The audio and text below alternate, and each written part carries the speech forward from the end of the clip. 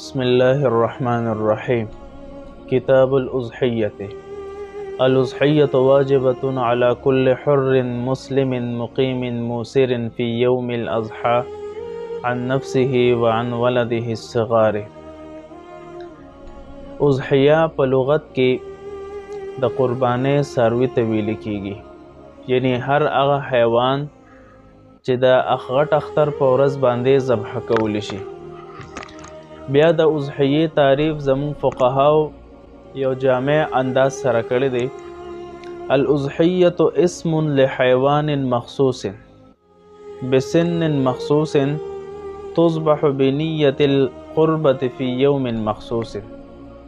اضحیه دا نوم دی د هغه خاص حیوان چې د هغې خاص عمر وي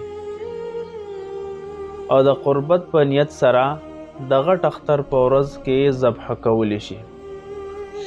خاص حیوان نه مراد هندیه کې شته چې 3 صنف دي د قربانۍ دپاره خاص دي.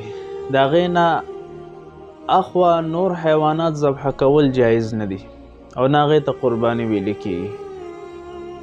3 صنفو کې اولنی صنف هغه اوښ دی، مذکر اور مؤنث دواړه. بل طرف ته بقره، غوا میخه ده. میخ هم چونکې د بقره قسم دی نو دا هم په بقره کې داخل دی، مذکر اور مؤنث دواړه. والغنم، ګړې اور بیزې، مذکر وي اور کو مؤنث وي، خسی وي او کو غیر خسی وي. نو دا 3 قسمه، دا 3 صنفه دا د قربانۍ دپاره خاص دي.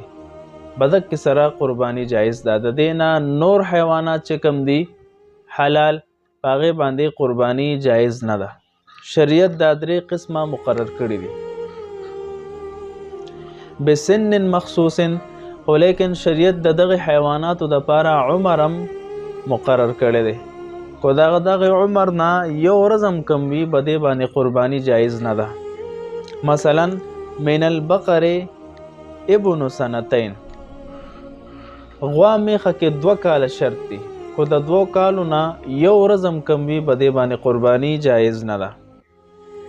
ومن الابل ابن 5 سنین، او په اوښ کې 15 کاله شرط دي چې د 15 کالو نه یو ورځ هم کم وي، نو په دې باندې قرباني جایز نه ده.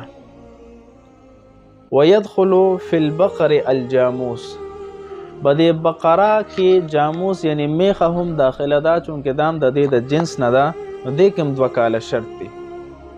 همدک شان ګړې بیزې چې څومره دي، مذکر وي مؤنث وي، دې کې 1 کال شرط دی. خو لیکن فقهاو دا جزیه لیکلې ده، که یو ګډه بیزه د 6 میاشتو وي یا د 7 میاشتو وي، خو لیکن دومره سربا او طاقتور وي چې یو کلیز والو سره ودرې او پته نه لګي، نو بیا په 6 میاشتو والا یا 7 میاشتو والا ګډه بیزه باندې هم قرباني جایز ده. تصبح بنیة القربة في يوم مخصوص، دا د قربت په نیت سره ذبح کولی شي، خو په یو خاص ورځ کې. خاص ورځ نه مراد 10 د ذوالحجې، 11 د ذوالحجې او 12 د ذوالحجې. دا 3 ورځې دا غټ اختر دي.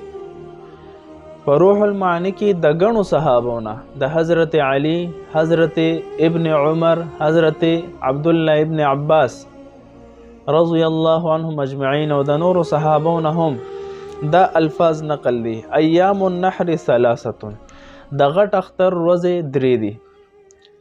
افضلها اولها، لیکن افضل ورځ پکې اول لا چې په اولنۍ ورځ باندې قرباني وکړي شي. نو قرباني انتهایی عظیم عمل دی. د دې وجې نه د دې پابندیانې او شرایط هم شته. د دې وجې نه قرآن کریم کې رب ذوالجلال فرمایي خپل محبوب ته فصل لربک وانحر. ای زما محبوبه، د یو تفسیر مطابق د حضرت قتاده، حضرت عطا او حضرت عکرمه د تفسیر مطابق په تفسیر قرطبي کې شته چې فصل لربک نه د غټ اختر مونځ مراد دی، چې ای زما محبوبه د غټ اختر مونځ ادا کا، وانحر، او بیا د هغې نه پس قرباني وکړه. قرباني ذکر قرآن کریم نه ثابت دی، خو لیکن دا قربانی واجب په چا باندې ده؟ د دې وجې نه زموږ فقها فرمایي دا حدیث په رڼا کې الاضحیة واجبة على كل حر مسلم مقیم، قربانی واجب ده په هر آزاد انسان باندې. غلام ته اوتو په غلام باندې قربانی نشته. مسلمن دویم شرط دا چې مسلمان بوي، نو کافر باندې قربانی نشته. دریم شرط مقیم بوي، فالمسافر لا تجب علیه، مسافر باندې قربانی نشته.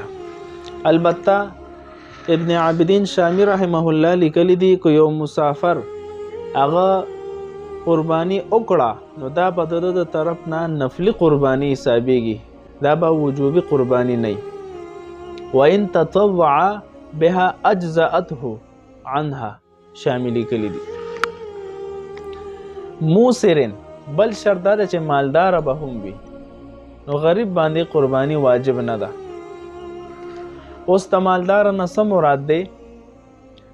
نو کم انسان سره چې حوایج اصلیه او د قرض نه علاوه دومره مال یا سامان موجود دی چې هغه د 52 توله چاندي قیمت برابر وي. په دغه 3 ورځو د اختر کې چا سره چې د 52 توله چاندي قیمت برابر نقد مال وي یا د دې برابر سامانونه کپڑے د ضرورت نه زائد دا موجود وو، نو په دغه سړي باندې قربانی واجب ده. اوس د دې تفسیر علامه شامی داسې کوي بأن ملکا 200 درهم، چې یو انسان د 200 درهمو مالک شي، یعنی 52 توله چاندي یا د دې برابر قیمت د دې مالک شي، او عرضا یا د دومره سامانونو مالک شي یساویها چې هغه د 52 توله چاندي قیمت برابر وي، چې د دې مالک شو نو دو باندې قربانی واجب ده. ښځه ده او کو سړی دی، خو چې د دومره مالیت برابر وي. اوس په یو کور کې 4 یا 5 رونه اوسیږي مثلا، او هر یو سره دومره مال شته، هر یو صاحب نصاب دی، نو په هر یو باندې ځان له قربانی واجب ده. د مشر په قربانی کولو سره د نورو نه وجوب نه ساقطیږي، درسو پورې چې دوی پورا حصہ اچولی نه. البته کم سیزونه چې ضرورت کې راځي هغه په نصاب کې نه شاملېږي. مثلا کم کور کې چې تو اوسېږي اگر چې د لکو کروڑو روپو دی، دغه رنګې د کمې کپړې چې د اچولو دي د استعمال دي نو دا ضرورت کې شامل دي. د کور داسې سامانونه لوښي چې هغې ته ضرورت را پیښیږي دا په ضرورت کې شامل دي او دا په نصاب کې نه ګڼل کېږي. اوس دې نه معلومه دا شوه د کور هغه اشیا چې هغه په کال کې اړو استعمالیږي نه، یا د 3 جوړو نه زیاتې کپړې چې هغې ته ضرورت نه را پیښیږي، نو دا سیزونه هم د ضرورت نه زائد دي، دا په نصاب کې شاملېږي. علامه شامی او جزیه لیکلې ده وصاحب الثياب الاربعه لو ساوى الرابع نصابا غني وثلاثه لا. کو یو سړی 4 جوړې وي نو 3 خو د په ضرورت کې داخلي دي، خو لیکن دا 4م سوټ د په ضرورت کې داخل نه دی. کو چرته دا 4م سوټ د نصاب برابر قیمتي وو، نصاب ته رسیدو، نو په دې وجه به دا مالدار ګڼل کېږي، موسر به ګڼل کېږي او د باندې به قرباني واجب وي. کو یو سړي سره 3 سوټونه اگر چې ډېر قیمتي دي نصاب ته هم رسي، خو لیکن دا ضرورت کې داخل دي، په دغه وجه به دا موسر مالدار نه، لہذا د باندې به قرباني نه. دغه شان په کور کې چې کم د ضرورت نه زائد د آرایش سیزونه لګېدلي دي، کو بالفرض په کور کې نه نو هم په د کور حالات متاثر کیږي نه، نو دا ټول اشیاء به د قربانۍ په نصاب کې داخليږي. والمرأة موسرة بالمعجل، ښځې ته مهر ورکړی شوی دی، نو دې سره چې کم مهر د سونې په شکل کې یا د نقد پیسو په شکل کې موجود دی او د دغه مقدار د 52 توله چاندي قیمت برابر وو یا دې سره داسې زاید سامانونه پراته دي لوښي پراته دي چې هغه عموما نه استعمالیږي نو په دغه صورت کې په دغه ښځې باندې مستقله قرباني واجب ده او که یو خاوند دې ته مهر لیکلی صرف لا ادا کړي نه هغې ته چې مهر مؤجل ویل کېږي نو په دغه باندې نصاب نه مرتب کېږي هغه مهر چې دې ته کم ادایګي شوې ده نو په هغه بنیاد باندې په دې قرباني واجب ده مقیم موسر فی یوم الاضحی د اختر په ورځ کې چې یو انسان آزادم وي مسلمانم وي مقیمم وي او مالدارم وي او دغه اختر ورځې پرې راغلې نو د باندې قرباني واجب ده عن نفسه د خپل طرف نه هم قرباني کولی شي ظاهره خبره ده یو انسان د خپل صاحب نصاب دی نو دا به د خپل طرف نه قرباني کوي وعن ولده الصغار اوس کو د بچی دی او بچی مالدار دی هغه ماشومان دي نابالغ دي خو هغوی په ملک کې دومره پیسې شته چې هغه هم د 52 توله چاندي قیمت برابر دي نو په هغې باندې قرباني واجب ده خو چونکې هغې په خپله ادایګي نشي کولی نو یو سړی د خپل داسې ماشومان د خپل داسې بچو د طرف نه چې نابالغ دي نو قرباني په ده باندې واجب ده چې د هغوی د طرف نه هم د هغوی په مال کې قرباني وکړي دا په هغه صورت کې چې د ماشومانو سره دومره مال موجود وي چې هغه د 52 توله چاندي قیمت برابر وي اوس چا سره سونه موجود ده اصل مسله دا ده چې د رسول الله صلی الله علیه وسلم په دور کې د 7.5 توله سونا او د 52 توله چاندي